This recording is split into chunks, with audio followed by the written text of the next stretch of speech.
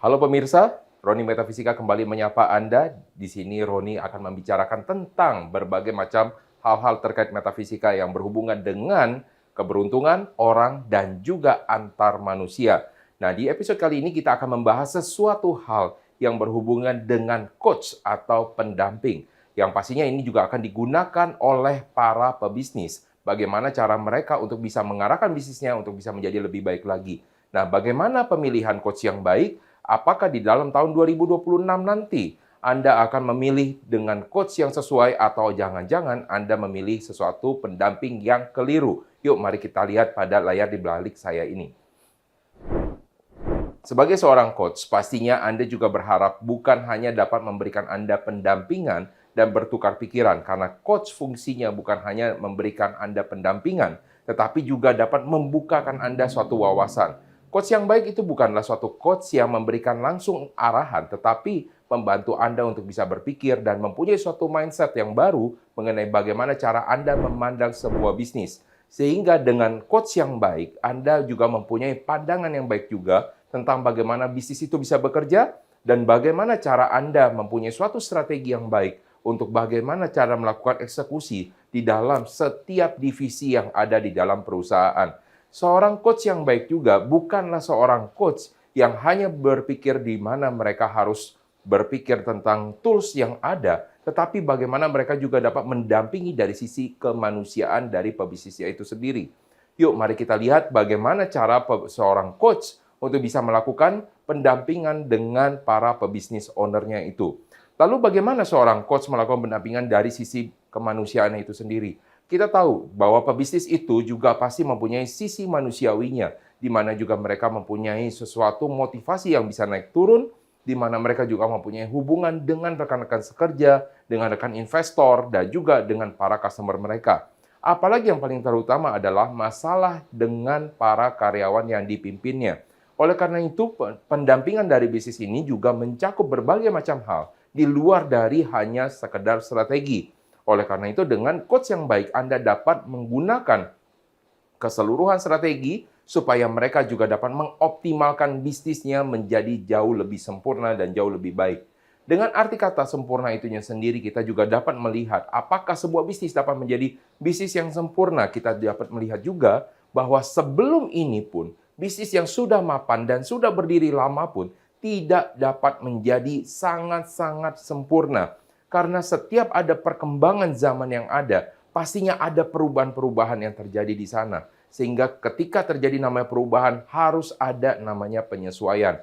Dan dengan ada namanya penyesuaian ini, maka para pebisnis itu juga harus menyesuaikan strategi mereka. Dan mereka harus merubah, sehingga mempunyai suatu pandangan yang baru, bagaimana cara mereka untuk bisa melakukan strategi penetrasi pasar yang baik. Yuk kita lihat lagi, apa saja yang harus dimiliki oleh karakter dari seorang pendamping atau si coach tersebut.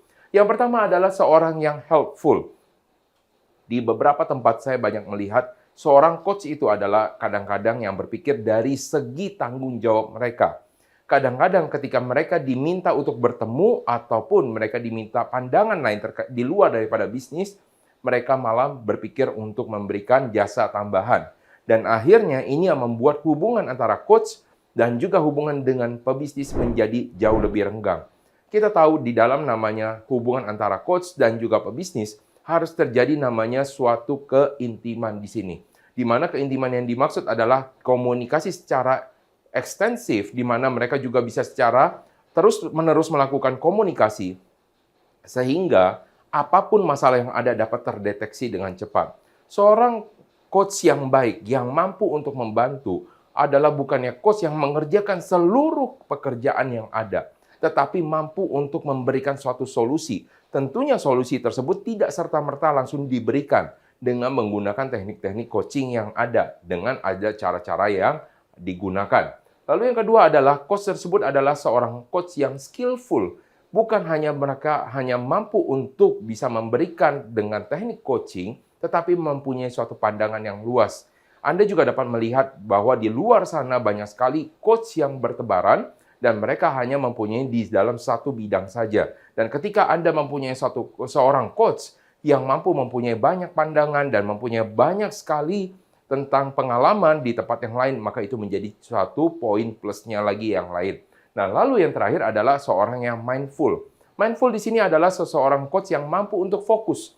Banyak sekali kalau saya melihat di luar sana, orang-orang yang bercerita tentang coach mereka, bahwa ketika mereka sedang melakukan coaching, pikiran mereka ada di tempat lain. Sehingga tidak fokus dengan para klien yang ada. Sehingga apapun strategi yang akhirnya ditetapkan di sana, kadang-kadang hanya berupa suatu strategi yang basa-basi saja. Oleh karena itu, apabila Anda menjadi seorang coach, pastikan Anda juga seorang yang mindful, di mana pikiran Anda 100% untuk membantu klien Anda. Pikiran Anda adalah 100% untuk bisa juga mengembangkan perusahaan yang ada. Di sini kita berbicara adalah tentang business coach. Lalu bagaimana kalau misalnya tentang seorang life coach? Life coach adalah berbicara tentang bagaimana kehidupan. Lalu bagaimana cara orang tersebut untuk bisa membantu dalam kehidupannya adalah bagaimana cara dia untuk memahami orang tersebut secara mendalam. Lalu bagaimana di tahun kuda api, tahun 2026? Tahun 2026 itu adalah tahun yang banyak sekali masalahnya. Dan pastinya akan terjadi demikian cepatnya sehingga kadang-kadang kalau masalah satu tidak ditutupi akan bertambah lagi masalah yang membuat situasi akan semakin kompleks. Sebagai seorang coach yang baik, maka Anda juga wajib hukumnya untuk membantu para pebisnis untuk sadar dengan masalah yang ada sehingga mereka mau untuk menyelesaikan masalah mereka juga dengan cepat. Bukan hanya menunggu sifatnya. Sehingga setiap masalah yang diselesaikan dengan cepat tidak menjadi tumpukan masalah di tahun-tahun berikutnya, ataupun di bulan-bulan berikutnya, ataupun bisa menjadi suatu masalah yang demikian kompleksnya yang akan berakibat fatal terhadap bisnis mereka. Dan inilah yang harus mereka ketahui supaya mereka bisa mempunyai seorang pendamping atau menjadi seorang coach yang baik, baik di dalam kehidupan pribadi mereka sebagai seorang life coach ataupun juga sebagai seorang business coach. Dan dengan mereka mempunyai seorang pendamping yang baik, mereka dapat memaksimalkan potensi mereka baik dari segi kehidupan ataupun dari segi pekerjaan ataupun juga baik dari segi bisnisnya. Sehingga perkembangan yang ada juga dapat terimplementasi juga dengan baik dan akhirnya membawa pengaruh yang baik berdampak untuk perusahaan terutama dari segi keuntungan yang akan didapatnya. Nah, inilah sesuatu yang harus Anda pahami sebagai seorang life coach ataupun seorang business coach. Dan bagi Anda yang mempunyai pendamping atau coach, maka hal-hal yang tadi saya sebutkan itu adalah hal-hal yang harus diperhatikan. Dan nanti kita akan sambung lagi, ada beberapa hal yang akan kita tambahkan lagi.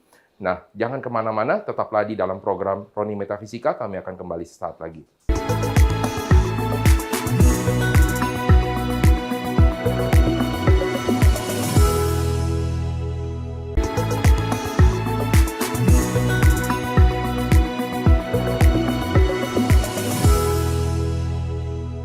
Baik, pemirsa, kita akan lanjutkan lagi diskusi mengenai tentang coach, baik dari segi sudut pandang metafisika, dan juga ini kita akan berbicara dari segi kehidupan dan juga dari segi bisnis. Yang kita lihat di sini adalah dari segi seorang coach ketika mereka lahirnya. Jadi ketika mereka di bulan lahir tertentu, mereka mempunyai cara-cara yang berbeda. Kita tahu setiap coach itu mempunyai cara yang unik ketika dalam mendekati permasalahan yang ada sehingga solusi yang dihasilkan dari setiap coach bisa jadi berbeda. Bisa jadi kalau misalnya Anda suka dengan coach yang satu, Anda akan mempunyai pandangan yang berbeda terhadap coach yang lain karena pendekatan mereka berbeda dan cara mereka berpikir juga berbeda sehingga mereka juga dapat mengarahkan dengan cara yang berbeda. Lalu pertanyaannya, apakah coach harus dapat mengarahkan sesuai dengan pola pikir mereka? Apakah para pebisnis ini atau para orang-orang yang dibantu oleh si coach dapat mempunyai pandangan sendiri? Tentunya bisa. Mereka harus bisa saling memahami sehingga terjadi suatu chemistry yang baik antara si coach dan juga orang si yang di coach, yaitu adalah coachinya. Nah, mari kita lihat untuk coach-coach yang lahir pada bulan Januari. Apa yang terjadi pada diri mereka? Nah, orang-orang yang lahir pada bulan Januari, maka yang paling terpenting dari mereka adalah sebuah activity. Nah, kalau misalnya yang sebuah activity, artinya apa? Ketika mereka di dalam segi bisnis, maka yang akan diperhatikan adalah aktivitas atau kegiatan yang dilakukan. Jadi, di dalam suatu strategi bisnis yang ada, mereka akan fokus terhadap apa yang mau dilakukan. maka perencanaan-perencanaan yang ada adalah terkait dengan orang-orang yang mau melakukan, apa yang dikerjakan, kapan harus diselesaikan, dan hal ini yang akan menimbulkan yang disebut dengan namanya SOP atau Standard Operating Procedure. Nah, kalau misalnya Anda bertemu dengan coach yang seperti ini, bukan berarti mereka mengabaikan tentang strategi yang lain, marketing, dan lain-lainnya. Akan tetapi ini adalah dari segi sudut pandang mereka, dari sudut pandang si coach, bisnis coach tersebut. Lalu, bagaimana tentang orang-orang yang mengambil seorang life coach yang lahir pada bulan Januari? Maka seorang life coach ini akan lebih mengutamakan tentang bagaimana aktivitas sehari-hari yang dilakukan oleh si coaching-nya tersebut. Sehingga apabila coaching-nya mempunyai suatu masalah di dalam kehidupannya, maka yang akan ditrace, yang akan dilacak oleh mereka, yang akan ditanyakan dan akan dibuka wawasannya adalah tentang kegiatan yang mereka lakukan sehari-hari. Kita tahu bahwa ada namanya sebuah proses, ada input, proses, dan output. Sehingga apabila prosesnya ada masalah, maka yang dicek pertama adalah inputnya terlebih dahulu. Kenapa mereka bisa melakukan hal tersebut? Lalu kenapa mereka melakukan hal tersebut? Itulah yang akan menghasilkan outputnya atau hasil yang mereka dapatkan. Misalkan saya mengambil contoh, ada orang yang ternyata sangat takut sekali untuk bisa berbicara di depan umum. Itu adalah produk hasil akhirnya atau outputnya. Lalu apa yang dilakukan oleh seorang life coach? Kalau misalnya salah satu outcome atau tujuan yang ingin dicapai adalah orang tersebut mampu untuk bisa berbicara di depan umum dan tidak menggunakan seorang trainer dengan menggunakan hanya seorang life coach. Apakah itu bisa memungkinkan? Sangat bisa. Lalu apa yang dilakukan oleh si life coach tersebut? Karena dia lahir pada bulan Januari, maka yang akan dicek oleh si life coach tersebut adalah aktivitas yang dilakukan orang tersebut ketika ingin maju ke depan panggung atau ketika mereka diminta untuk berbicara di depan umum. Apa yang dilakukannya, kemudian apa persiapannya, kemudian bagaimana cara dia melakukannya. Aktivitas tersebut yang akan menjadi topik pembahasan dan yang akan menjadi topik untuk dibenahi.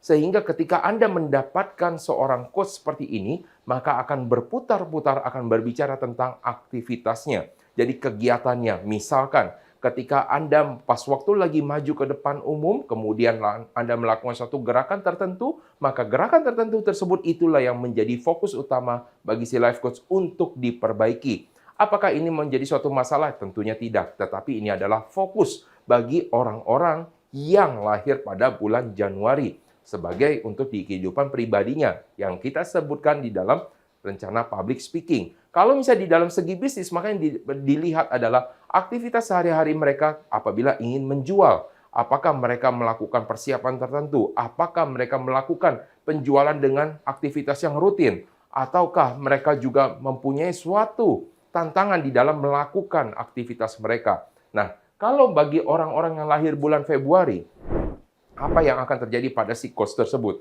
Nah, coach ini mengambil cara yang berbeda karena lebih cenderung mereka ingin memberikan suatu arahan. Maka yang diutamakan adalah bukan aktivitasnya, tetapi adalah task atau pekerjaannya itu sendiri, jenis klasifikasi pekerjaannya. Karena orang-orang yang lahir di bulan Februari, mereka tidak fokus dengan aktivitas secara mendetail. Mereka akan berbicara adalah tentang pengelompokan, tentang klasifikasi pekerjaan. Maka mereka akan lebih mengutamakan apa klasifikasi pekerjaan yang harus mau dan harus dikerjakan. Apa yang tidak boleh dikerjakan, itulah yang akan menjadi fokus utama. Apabila terjadi masalah misalnya di dalam bisnis, ketika mereka ada terjadi masalah di dalam tentang penjualan, maka yang paling utama mereka akan mengklasifikasikan apa saja jenis pekerjaan yang dilakukan oleh orang-orang tersebut. Sehingga mereka akan membuang aktivitas, seluruh aktivitas yang tidak diperlukan. Di dalam konteks ini adalah klasifikasi pekerjaan.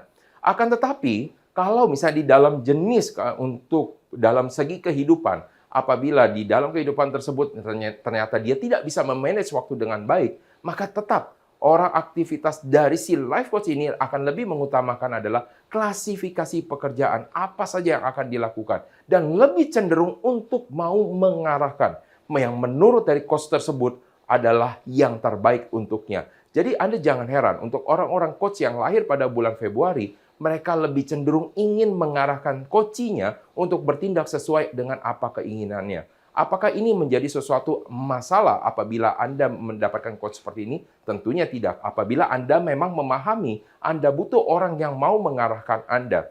Tetapi fungsi dari coaching sendiri adalah membuat orang-orang terbuka untuk pola pikir mereka.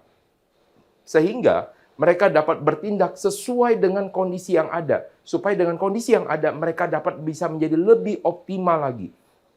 Lebih optimal di sini adalah dalam bercerita bagaimana mereka melakukan pekerjaan dengan baik, bagaimana mereka dapat mencapai target mereka, bagaimana mereka dapat mencapai impian mereka tanpa harus mengurangi esensi-esensi yang ada untuk pencapaiannya tersebut. Apalagi melakukan hal-hal manipulatif untuk bisa mencapai seakan-akan mereka hanya berpura-pura untuk bisa mencapainya. Jadi pilihlah coach yang baik menurut Anda. Dan kalau Anda butuh memang arahan, maka Anda memang membutuhkan coach yang lahir pada bulan Februari. Tapi kalau Anda merasa bahwa Anda butuh aktivitas yang mesti Anda kontrol dan Anda cek, maka Anda lebih akan menyukai dengan coach yang lahir pada bulan Januari. Nah, nanti kita akan lihat lagi, ada beberapa hal lagi di antara beberapa bulan mengenai tentang coach ya dan juga coaching mereka dan bagaimana cara penanganannya. Jangan kemana-mana, Roni Metafisika akan kembali sesaat lagi.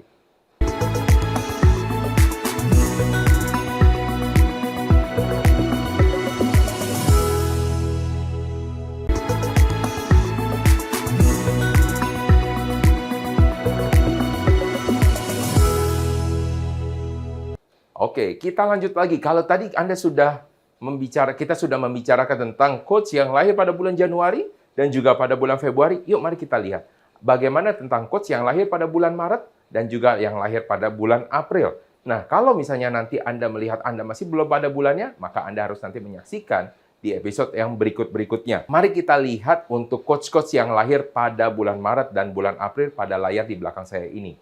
Kita lihat yang lahir pada bulan Maret. Orang-orang yang lahir pada bulan Maret adalah orang-orang yang mempunyai fokus terhadap networking. Maka mereka ini akan lebih mengutamakan bagaimana cara berkenalan, cara mempunyai network atau jaringan yang luas.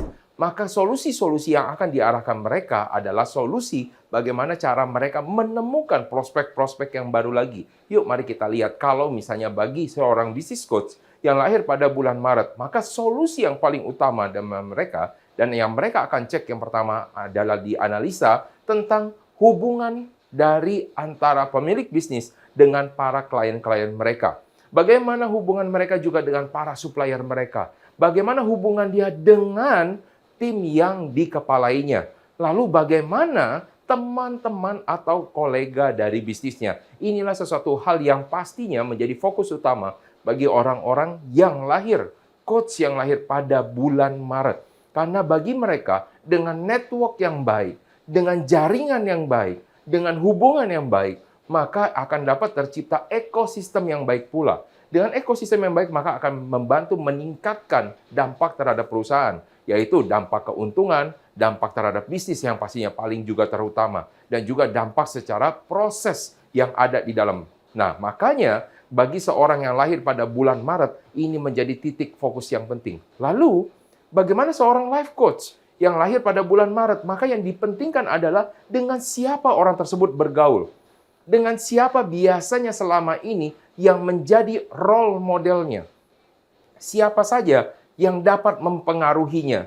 Siapa yang menimbulkan efek negatif di dalam kehidupannya. Maka inilah hal-hal yang menjadi fokus utamanya. Sehingga ketika ada menjadi masalah, maka dengan mengubah fokus terhadap orang-orang yang dikenalnya dan berhubungan dengannya, ini akan menjadikan orang tersebut menjadi jauh lebih baik lagi. Lalu apakah salah ketika orang tersebut hanya mengutamakan tentang namanya hubungan, dan ternyata orang tersebut adalah orang-orang yang introvert dan sulit untuk membina hubungan? Apakah ada cara lain? Tentunya banyak cara-cara lain. Akan tetapi ini kita berbicara tentang preferensi. Preferensi adalah kesukaan. Yang ini adalah fokus kesukaan dari si coach-nya tersebut. memang tidak bisa disangkal ketika Anda lagi sedang melakukan coaching atau Anda mendapatkan pendampingan dari seorang coach, maka tidak terlepas dari preferensi mereka dan cara mereka melakukan coaching. Maka pemilihan coach juga bergantung dengan preferensi Anda. Apabila Anda mempunyai preferensi yang sama dengan preferensi coach, maka Anda akan mudah terjalin chemistry-nya. Sehingga dengan mudah terjalin chemistry-nya, maka Anda dapat melaksanakan tahapan-tahapan yang baik pula di dalam kehidupan Anda. Lalu, kalau misalnya Anda sudah bisa melakukan tahapan yang baik, apakah ini akan membawa dampak langsung? Nah, tentunya yang di dalam istilah coaching butuh yang namanya suatu proses. Nah, proses tersebut bukan hanya langsung proses instan, di mana langsung akan terjadi namanya perubahan. Di mana yang ada 3 proses yang paling utama, yaitu adalah proses pengenalan tentang masalah itu sendiri. Dan terus yang kedua adalah proses pemahaman tentang masalah itu. Dan yang ketiga adalah proses penyelesaian dari masalahnya. Oleh karena itu, setiap coach mempunyai cara pandang dan mempunyai cara pendekatan yang berbeda ketika mereka mendapatkan suatu tantangan, ketika mereka mendapatkan sesuatu klien yang ternyata berbeda preferensi, tentunya harus bisa saling mencocokkan atau saling menyesuaikan. Lalu bolehkah orang yang dengan klien yang berbeda preferensinya dengan coach dapat mempunyai seorang coach yang preferensi yang berbeda ini? Tentunya sangat boleh. Apabila Anda mempunyai preferensi yang berbeda, maka kembali lagi adalah kepada profesionalisme, yaitu bagaimana Anda lebih mengutamakan preferensi coachee dibandingkan preferensi Anda secara pribadi. Lalu, kalau kita melihat orang-orang yang lahir pada bulan Maret adalah orang yang berhubungan dengan networking, lalu bagaimana orang-orang yang lahir pada bulan April? Orang-orang yang lahir pada bulan April adalah orang-orang yang berpikir tentang masa depan. Maka mereka akan berbicara rencana. Rencana ini juga menyangkut tentang namanya asumsi, prediksi, dan hal-hal lainnya. Oleh karena itu, kalau misalnya Anda mendapatkan coach yang lahir pada bulan April, mereka akan lebih suka berbicara tentang visi Anda dan apa yang akan Anda kerjakan ke depannya. Apakah dengan visi ke depan akan menjadi sesuatu hal yang berbeda dengan orang yang fokusnya terhadap aktivitas? Tentunya sangat berbeda. Karena proses yang visi jangka panjang bisa menjadikan aktivitas itu menjadi tidak signifikan. Jadi, dengan orang-orang coach yang ternyata lahir pada bulan April, mereka akan berbicara secara jangka panjang. Walaupun secara jangka pendeknya bisa jadi itu tidak menghasilkan suatu dampak bisnis. Jadi bagi seorang bisnis coach yang lahir pada bulan April, kemungkinan mereka akan mengalahkan keuntungan jangka pendek untuk mendapatkan keuntungan jangka panjang. Nah, inilah menjadi fokus mereka. Lalu kalau misalnya klien mereka dan ternyata si coach tersebut lebih peduli tentang apa yang mereka bisa dapatkan di saat ini, maka coach yang melakukan coaching harus dapat menyesuaikan. Karena ini terkait dengan preferensi customer atau klien secara profesional. Lalu bagaimana kalau dari kehidupan dari life coach? Life coach ini juga berbicara tentang visi kehidupan, visi secara jangka panjang. Apa kesukaannya dan bagaimana cara mereka mengelola, bagaimana cara mereka untuk melihat di masa depan. Inilah yang akan menjadi fokus utama, sehingga life coach tersebut akan lebih fokus terhadap apa yang akan dilakukan secara jangka panjang di dalam kehidupannya. Tentunya secara jangka pendek ada banyak sekali perubahan ketika Anda berbicara jangka panjang. Ada banyak hal yang mungkin harus diubah. Ada banyak hal yang mungkin tidak sesuai yang dilakukan ketika Anda berbicara secara jangka panjang. Mungkin ini akan menjadi suatu perbedaan yang sangat signifikan ketika Anda berbicara dengan orang-orang coach yang lahir pada bulan Januari. Tentunya ini akan membawa perbedaan yang akan membawa cara mereka berbeda, kemudian cara melakukan akan berbeda, sehingga mereka juga menetapkan target yang juga berbeda. Dan tentunya ini juga harus tergantung kepada preferensi sang kliennya. Sehingga ketika kita berbicara tentang profesionalisme, maka yang paling utama adalah profesionalisme Anda terhadap para pelanggan. Sehingga bukan hanya Anda dapat berdampak terhadap bisnis mereka, dalam kehidupan mereka, tetapi Anda juga dapat membina hubungan jangka panjang. Nah, pemirsa, masih ada beberapa bulan yang akan kita bahas. Oleh karena itu, pemirsa, Anda harus tetap menyaksikan program Roni Metafisika karena kami akan selalu menampilkan tentang bagaimana keberuntungan, kemudian bisnis, dan juga hubungan antar manusia. Saya Roni Francis pamit undur diri, sampai jumpa di episode berikutnya.